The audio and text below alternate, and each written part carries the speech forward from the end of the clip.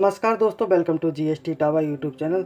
दोस्तों, ITR filing के ऐसे 15 केस जिनमें आईटीआर फाइलिंग कंपलसरी है। जी हाँ दोस्तों, आईटीआर फाइलिंग इन कंपलसरी इन 15 केसेस।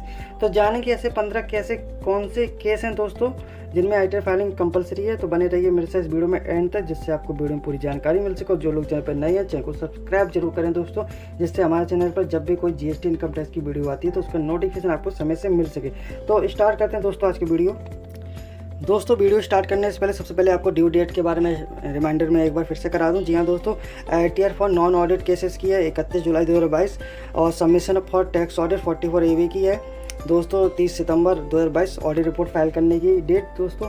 और आईटीआर फॉर ऑडिट केसेस की है 31 अक्टूबर 2022। जी हाँ दोस्तों, और बिजनेस टीपी रिपोर्ट जो होती है उसकी है 30 नवंबर 2022 और रिवाइज रिटर्न की है दोस्तों 31 दिसंबर 2022 और बिलेटेड विद लेट फीस के साथ रिटर्न की है 31 दिसंबर 2022। अब स्टार्ट करते हैं दोस्तों आज का केस, जो 15 कंपलसरी केस हैं आईटीआर फाइलिंग के लिए। पहला केस है हम लोगों का आईटीआर फाइलिंग कंपलसरी का। जी हाँ दोस्तों, compulsory to file income tax. पहला केस है business sale exceed to ₹16 lakh. जी हाँ दोस्तों, CBDT has now made mandatory to file income tax return total business turnover is more than 16 lakh in year of the net profit. ठीक है दोस्तों, अगर आपका 7 लाख से ज़्यादा टर्नओवर हो जाता है, चाहे आपका बैंक के माध्यम से हो चाहे आपका कैश के माध्यम से हो, तो आपको आईटीआर फाइल करना मैंडेटरी हो जाता है। जी हाँ दोस्तों, दूसरा केस है हम लोगों का प्रोफेशनल रिसीव्ड एक्सीड 10 लाख। अगर आपकी प्रोफेशनल रिसीव्ड एक्सीड कर जाती है 10 लाख, मतलब 10 लाख से ज़्यादा प्रोफेशनल रिसीप्ट हो जाती है, तो आपको आईटीआर फाइल करना मैंडेटरी हो जाता है। CBDT has also now made mandatory to file income tax return total gross received from the profession more than 10 lakh in year of the net profit। दोस्तों, जो प्रोफेशनल लोग होते हैं, डॉक्टर, वकील, एडवोकेट, चार्टर्ड अकाउंटेंट, ठीक है, architect वगैरह, इन सब की अगर ये सब प्रोफेशनल लोग होते हैं, इन सब की अगर 10 लाख से ज़्यादा रिसीप्ट हो जाती है साल की, तो इन्हें आईटीआर फाइल करना मैंडेटरी हो जाता है। जी हाँ दोस्तों, तीसरा केस हम लोग total TDS and TCS more than 25,000। ठीक है दोस्तों, अगर आपका the government has now made it compulsory for individual to income tax return his had total TDS TCS during the financial 25,000 more even if the individual gross earning is below the basic exemption limit for the senior citizen, the rule will be applied individually total TDS 50,000।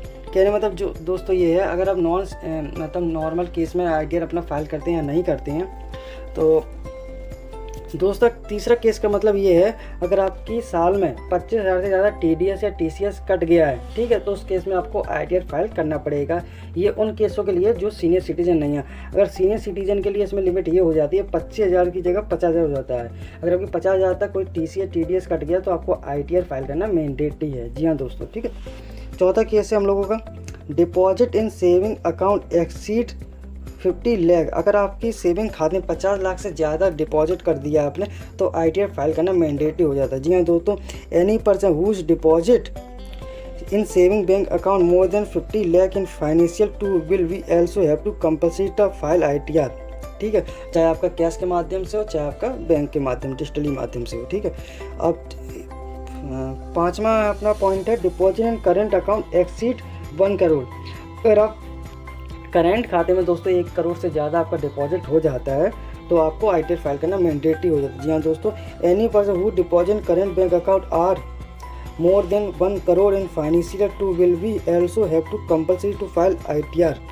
ठीक है दोस्तों, अगर आपका ITR 1 crore से ज़्यादा, मतलब आपके bank खाते में 1 करोड़ से ज़्यादा रुपये जमा होते हैं, या कैश के या डिजिटल माध्यम से किसी भी माध्यम से हो, तो आपको आईटीआर फाइल करना मैंडेटरी है। जी हाँ दोस्तों, छठवां पॉइंट है इलेक्ट्रिसिटी एक्सपेंसिव ओवर 1 लाख।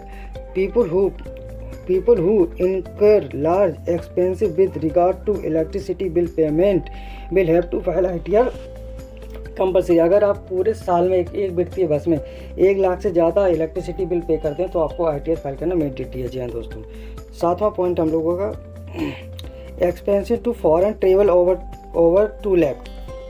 अगर आप किसी भी बस में फॉरेन टूर करते हो और उसमें आपको 2 लाख से ज़्यादा एक्सपेंसेस करते हैं, तो आपको आईटीआर फाइल करना मैंडेटरी है। जी हाँ दोस्तों, आठवां पॉइंट है टोटल इनकम एक्सीड 2.5 लाख। अगर आपकी एक व्यक्ति बस में 2.5 लाख से ज़्यादा इनकम है, जो बेसिक एग्जाम्पशन लिमिट है, उसके पार अगर आपकी क्रॉस करती है लिमिट को, 2.5 लाख से ज़्यादा इनकम होती है, तो आपको आईटीआर फाइल करना मैंडेटरी है। ठीक है दोस्तों, एक कंपनी और a firm you are a very you are a company or a firm in respect to where you have income loss during the financial year, ITR file is mandatory.